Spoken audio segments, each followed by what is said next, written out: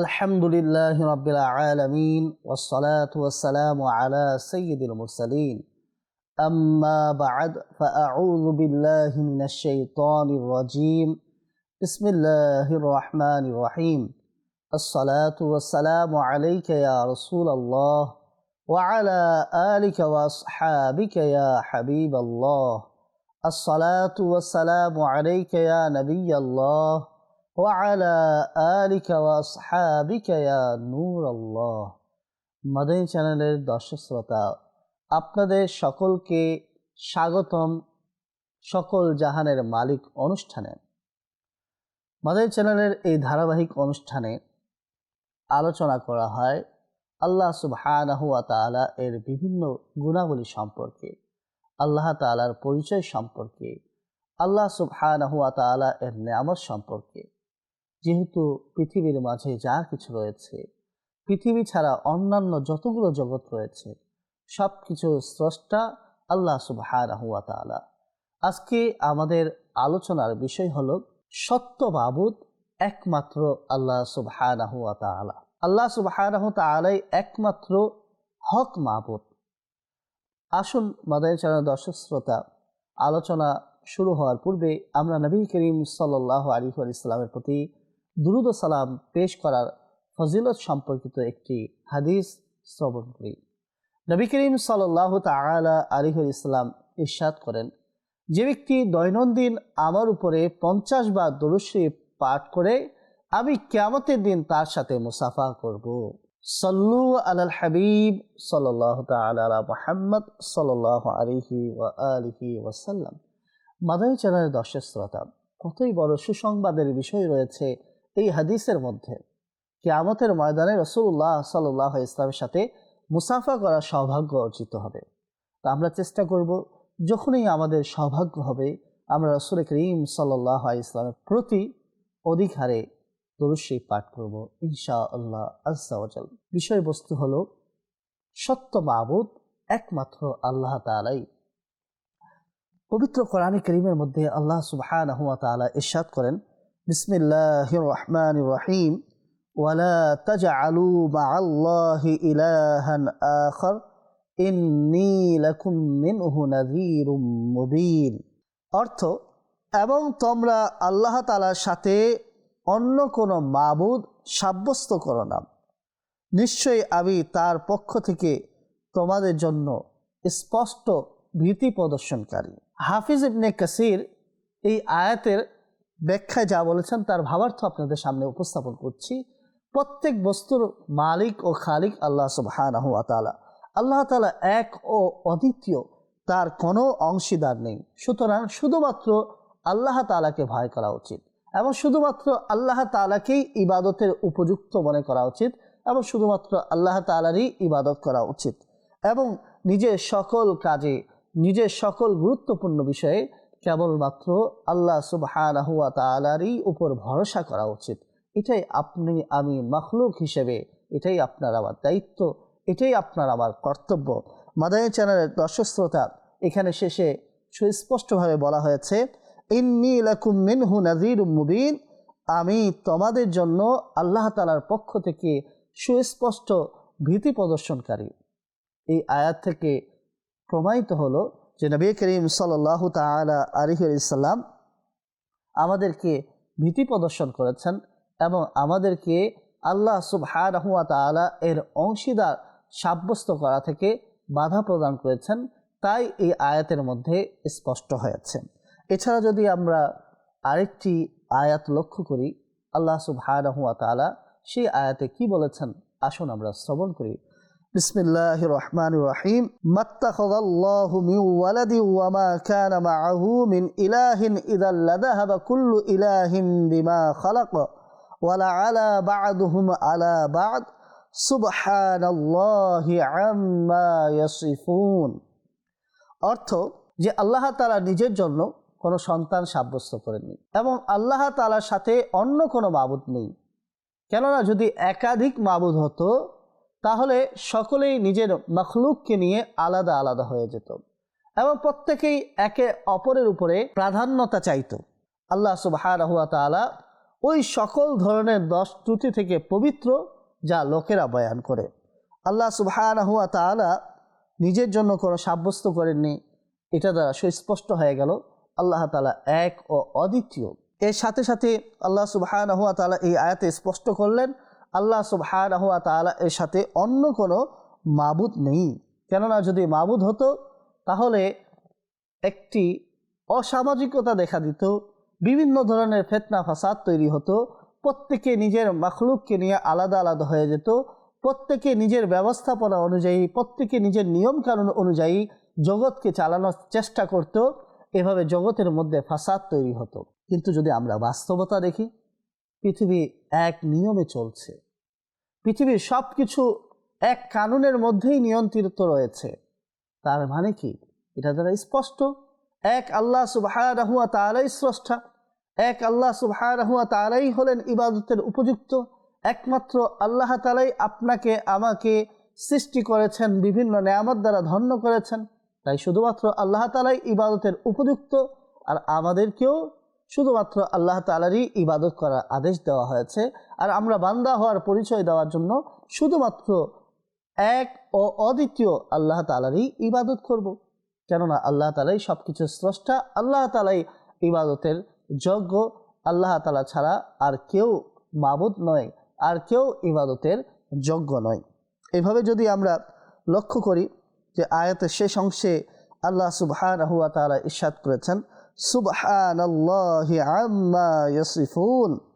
অমুসলিমরা আল্লাহ তাআলার ক্ষেত্রে যেই ধরনের দাবিগুলো করত, অহেতুক দাবি, অনৈতিক দাবি, আল্লাহ সুবহানাহু ওয়া তাআলা ওই ধরনের দাবি, ওই ধরনের দোষ ত্রুটি থেকে আল্লাহ সুবহানাহু ওয়া তাআলা পবিত্র। আল্লাহ তাআলা পবিত্র, আল্লাহ তাআলার সত্তা পাক, আল্লাহ সুবহানাহু ওয়া তাআলা অবকাপী। এভাবে যদি আমরা আরও আয়াত লক্ষ্য করি, সেখানেও সুস্পষ্ট হয়ে যায় সব কিছুর মালিক আল্লাহ তাআলা, সত্য মাবুদ কেবল আল্লাহ সুবহানাহু ওয়া তাআলাই।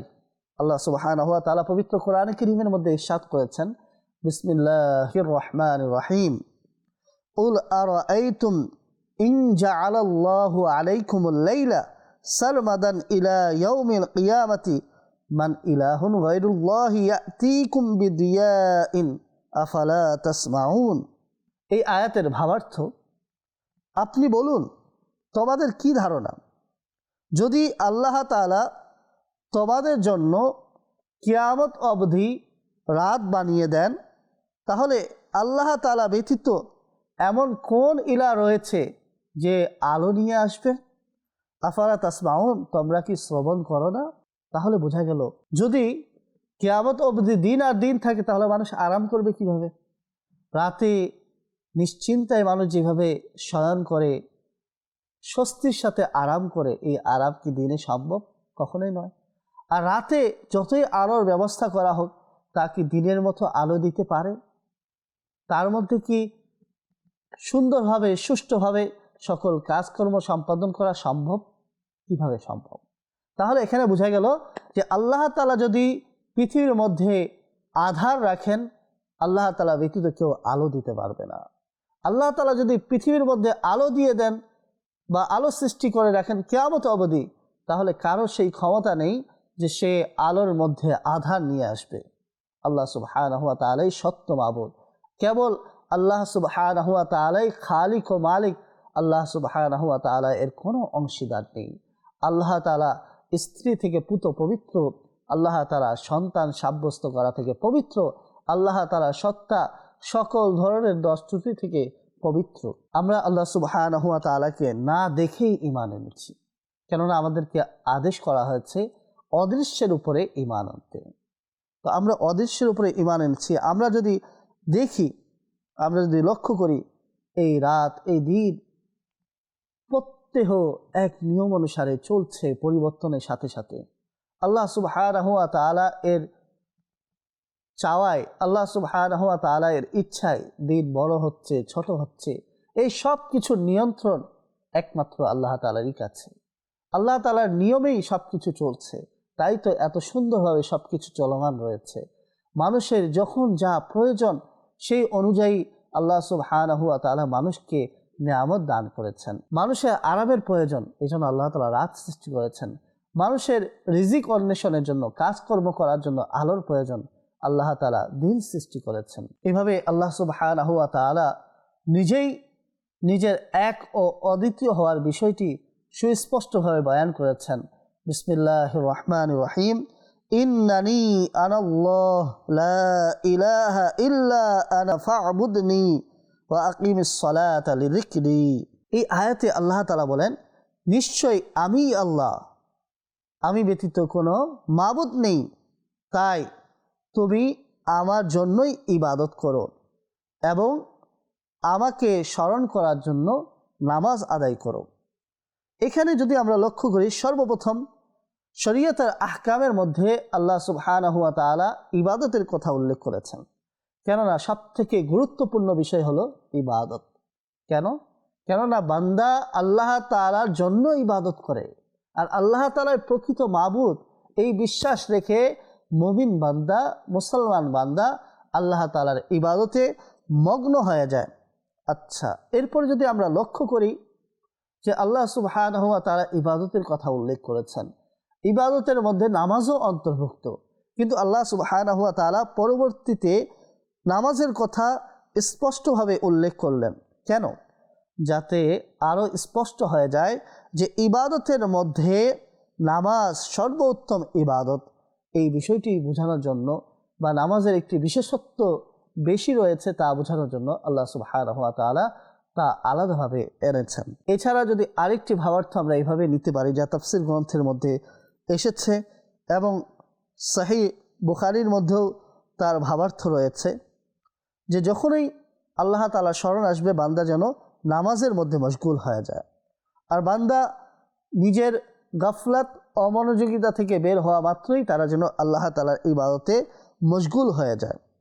এভাবে যদি আমরা আরও লক্ষ্য করি, আল্লাহ সুবহানাহু ওয়া তাআলা ইরশাদ করেন, রব্বুল মাশরিকি ওয়াল মাগরিবি লা ইলাহা ইল্লা হুয়া ফাত্তাখিযহু ওয়াকিলা। পূর্ব এবং পশ্চিমের প্রতিপালক, তিনি ব্যতীত কোনো ইলাহ নেই। ফাত্তাখিযহু ওয়াকিলা, সুতরাং তাকেই কর্মবিধায়ক হিসেবে গ্রহণ করো। এই আয়াতেও আল্লাহ সুবহানাহু ওয়া তাআলা এর সত্য মাবুদ হওয়ার ঘোষণা রয়েছে, যে একমাত্র আল্লাহ তাআলাই সত্য মাবুদ, একমাত্র আল্লাহ তাআলাই ইবাদতের উপযুক্ত। এবং এই আয়াতের মধ্যে ইরশাদ করা হলো ফাত্তাখিযহু ওয়াকিলা, এবং কেবলমাত্র আল্লাহ তাআলাকেই কর্মবিধায়ক হিসেবে গ্রহণ করো।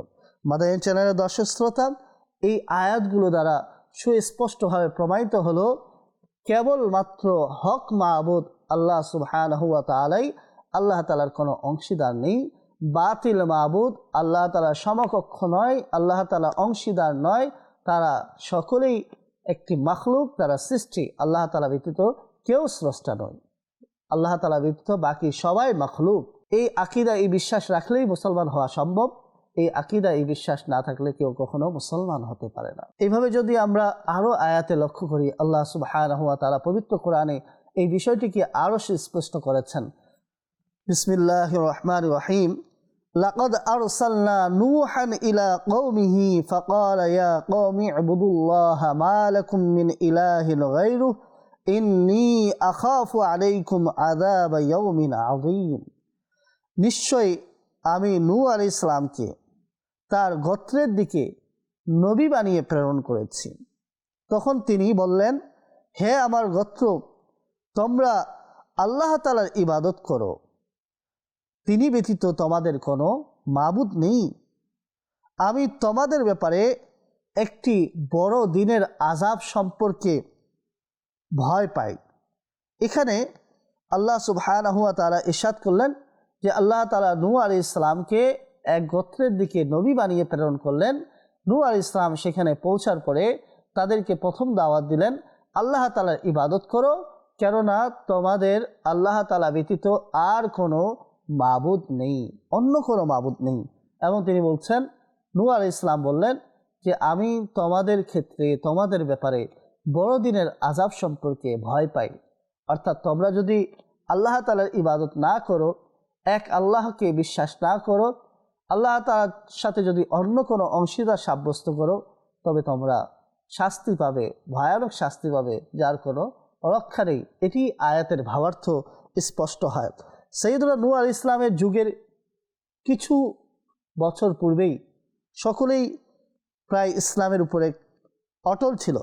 অতঃপর সর্বপ্রথম তারা তাওহীদ থেকে এভাবে ফিরে গেল যে যখন তাদের গোত্রের নেক বান্দারা ইন্তেকাল করলো, তো তাদের কবরগুলোকে ইবাদতগাহ তথা সেজদার স্থান হিসেবে তারা গ্রহণ করলো। এরপরে তারা আস্তে আস্তে তাদের আকৃতি বানানো শুরু করলো। এইভাবে আকৃতি বানানোর উদ্দেশ্য ছিল তাদেরকে সম্মান করা, তাদেরকে স্মরণ করা। এইভাবে আকৃতি বানাতে বানাতে এক পর্যায়ে তারা বাতিল মাবুদের আকার দেওয়া শুরু করলো এবং সেগুলোর উপাসনা করা শুরু করলো এবং তারা আল্লাহ তাআলার অংশীদার সাব্যস্ত করা শুরু করলো। তাই নূহ আলাইহিস সালাম তাদেরকে বললেন, তোমরা আল্লাহ তাআলার ইবাদত করো, কেননা আল্লাহ তাআলা ব্যতীত তোমাদের অন্য কোনো মাবুদ নেই, এক আল্লাহরই ইবাদত করো। তো এই বিষয় থেকে ক্লিয়ার হয়ে গেল যে যদি কেউ আল্লাহ তাআলার ইবাদত না করে, কেউ যদি আল্লাহ তাআলার অংশীদার সাব্যস্ত করে, কেবলমাত্র আল্লাহ তাআলাকে এক ও অদ্বিতীয় ইলাহ না মনে করে বরং একাধিক ইলাহের আকীদা রাখে, তবে তার জন্য শাস্তি জাহান্নাম অবধারিত। কেননা সকল গুনাহের ক্ষমা থাকলেও শিরকের গুনাহের কোনো ক্ষমা নেই। মাদানী চ্যানেলের দর্শক শ্রোতা, আমরা কোরআনের আয়াতের আলোকে শুনছিলাম আল্লাহ সুবহানাহু ওয়া তাআলাই একমাত্র সত্য মাবুদ, আল্লাহ তাআলা এক ও অদ্বিতীয়। আসুন আমরা দুই একটি হাদিসের মাধ্যমে জেনে নিই আল্লাহ তাআলাই একমাত্র ইবাদতের যোগ্য, কেবলমাত্র আল্লাহ তাআলাই সত্য মাবুদ। সৈয়দুনা আবু যার রাদিয়াল্লাহু তাআলা আনহু বলেন, যখন আমি নবী করিম সাল্লাল্লাহু তাআলা আলাইহি ইসলামের নিকটে পৌঁছালাম, তখন নবী করিম সাল্লাল্লাহু তাআলা আলাইহি ইসলাম ইরশাদ করলেন, ওয়াল্লাযী নাফসি বিয়াদিহি আও ওয়াল্লাযী লা ইলাহা গায়রুহু, ওই সত্তার শপথ যার কুদরতে আমার প্রাণ রয়েছে, অথবা বললেন ওই সত্তার শপথ যিনি ব্যতীত কোনো মাবুদ নেই। নবী করিম সাল্লাল্লাহু তাআলা আলাইহি ইসলাম শপথ করার সময়, কসম উঠানোর সময় নবী করিম সাল্লাল্লাহু আলাইহি ইসলাম সুস্পষ্ট ভাষায় বলে দিলেন যে ওই সত্তার শপথ যিনি ব্যতীত কোনো মাবুদ নেই। তার মানে বোঝা গেল মাবুদ একমাত্র আল্লাহ তাআলাই। এভাবে যদি আমরা আরও লক্ষ্য করি, নবী করিম সাল্লাল্লাহু তাআলা আলাইহি ইসলাম নামাজের মধ্যে তাকবীরে তাহরিমার পরে, আমরাও তাকবীরে তাহরিমা পড়ি, নামাজ যখন শুরু করি আল্লাহু আকবার বলে আমরা হাত বাঁধি, সেই সময় আমরা কি করি? নবী করিম সাল্লাল্লাহু তাআলা আলাইহি ইসলাম তাকবীরে তাহরিমা পড়ে এই দোয়া পাঠ করতেন, সুবহানাকাল্লাহুম্মা ওয়া বিহামদিকা ওয়া তাবারাকা ইসমুকা ওয়া তাআলা জাদ্দুকা ওয়া লা ইলাহা গায়রুক। এই আয়াতেও বলা হয়েছে, হে আল্লাহ, আমি তোমার পবিত্রতা বর্ণনা করছি তোমার প্রশংসার সাথে, এবং তোমার বরকতময় নাম এবং তোমার শান মান অনেক মহান, এবং তুমি ব্যতীত কেউ ইবাদতের উপযুক্ত নয়। এই হাদিস দ্বারা প্রমাণিত হয় যে এই হাদিসটি বর্ণিত রয়েছে সুনানে আবি দাউদের মধ্যে। এখানেও রাসূল করিম সাল্লাল্লাহু আলাইহি ওয়াসাল্লাম তাকবীরে তাহরিমার পরে এই সানা পাঠ করতেন এবং বলতেন যে তুমি ব্যতীত কেউ ইবাদতের যোগ্য নয়। আমরাও যখন নামাজ পড়ি, নামাজের মধ্যে তাকবীরে তাহরিমার পরে আমরা সানা পাঠ করি, এই সানাটি আমরা পাঠ করে থাকি, যেখানে আমরা সকলে এক বাক্যে সাক্ষ্য দিয়ে থাকি যে আল্লাহ তাআলা ব্যতীত কেউ ইবাদতের যোগ্য নয়। এইভাবে সৈয়দনা আব্দুল্লাহ ইবনে মাসউদ রাদিয়াল্লাহু তাআলা আনহু থেকে বর্ণিত রয়েছে, হাদিসটি বর্ণিত আছে সহিহ বুখারীর মধ্যে। নবী করিম সাল্লাল্লাহু তাআলা আলাইহি ইসলাম আমাদেরকে এভাবে তাশাহুদের শিক্ষা প্রদান করতেন, যেভাবে আমরা তাশাহুদের মধ্যে পাঠ করে থাকি যে আত্তাহিয়াতু লিল্লাহি ওয়াস সালাওয়াতু ওয়াত তাইয়্যিবাতু আসসালামু আলাইকা আইয়ুহান নাবিয়্যু ওয়া রাহমাতুল্লাহি ওয়া বারাকাতুহু আসসালামু আলাইনা ওয়া আলা ইবাদিল্লাহিস সালিহিন আশহাদু আল্লা ইলাহা ইল্লাল্লাহু ওয়া আশহাদু আন্না মুহাম্মাদান আবদুহু ওয়া রাসূলুহু। মাদানী চ্যানেলের দর্শক শ্রোতা, আমরা যদি তাশাহুদের শেষ ভাগে লক্ষ্য করি তাহলে সেখানে কি রয়েছে? আমি সাক্ষ্য প্রদান করছি আল্লাহ তাআলা ব্যতীত কোনো মাবুদ নেই, এবং আমি সাক্ষ্য প্রদান করছি মুহাম্মদ সাল্লাল্লাহু তাআলা আলাইহি ইসলাম আল্লাহ তাআলার বান্দা এবং তার রাসূল। এভাবেই তাশাহুদের শিক্ষা প্রদান করতেন সরওয়ারে কায়নাত রাসূল আরবি সাল্লাল্লাহু তাআলা আলাইহি ওয়াসাল্লাম। এবং এই তাশাহুদের শেষ ভাগে আমরা সুস্পষ্টভাবে জানতে পারলাম, এখানেও সাক্ষ্য দেওয়া হয় আল্লাহ তাআলা ব্যতীত কোনো মাবুদ নেই। আমরাও যখন নামাজ পড়ি, আমরা যখন প্রথম বৈঠকে থাকি কিংবা শেষ বৈঠকে থাকি, আমরাও তাশাহুদ পাঠ করে থাকি। আর তাশাহুদের মধ্যে আমরা এই অংশটুকুও বলে থাকি যে আল্লাহ তাআলা ব্যতীত কোনো মাবুদ নেই। এভাবে যদি আমরা লক্ষ্য করতে থাকি, কোরআন ও হাদিসের আলোকে সুস্পষ্ট হয়ে যায় যে আল্লাহ তাআলা ব্যতীত কেউ ইবাদতের উপযুক্ত নয়। ইবাদতের উপযুক্ত শুধুমাত্র তিনিই হবেন যিনি স্রষ্টা, যিনি মালিক, যিনি রাজ্জাক, যিনি খালিক। তো আমরা যদি লক্ষ্য করি এই সবগুলো একমাত্র আল্লাহ তাআলাই, অন্য কেউ এমন নেই যে কোনো কিছু সৃষ্টি করেছে, এমন কেউ নেই যে প্রকৃতপক্ষে রিজিক প্রদানকারী, এমন কেউ নেই যে জগতের প্রকৃতপক্ষে মালিক। আমরা যে বলি এই বাসা আমার, এই রুম আমার, এই বাগান আমার, এটা কিভাবে বলি আমরা? এটা আমরা রূপক অর্থে বলে থাকি। প্রকৃতপক্ষে পুরো কুল কায়নাতের মালিক হলো আল্লাহ সুবহানাহু ওয়া তাআলা। আল্লাহ সুবহানাহু ওয়া তাআলা আমাদেরকে ব্যবহার করার ক্ষমতা দিয়েছেন, আমাদেরকে ব্যবহার করার সুযোগ দিয়েছেন। এতটুকুই আমাদের ক্ষমতা, এতটুকুই আমাদের অধিকার। আল্লাহ সুবহানাহু ওয়া তাআলা যদি চান, যা দিয়েছেন মুহূর্তের মধ্যে আমাদের থেকে কেড়ে নিতে পারেন। সকল প্রশংসার মালিক আল্লাহ তাআলা, একমাত্র ইবাদতের উপযুক্ত আল্লাহ সুবহানাহু ওয়া তাআলা, সত্য মাবুদ আল্লাহ সুবহানাহু ওয়া তাআলা। এটি মুসলমানের আকীদা। যদি কেউ এই আকীদা থেকে বিন্দু পরিমাণ সরে আসে, তবে সে ইসলাম থেকে বের হয়ে যাবে। আল্লাহ সুবহানাহু ওয়া তাআলা আমাদেরকে একমাত্র আল্লাহ তাআলারই ইবাদত করার মাধ্যমে জীবনযাপন করার তৌফিক দান করুন। আমিন বিজাহিন নবীল আমিন।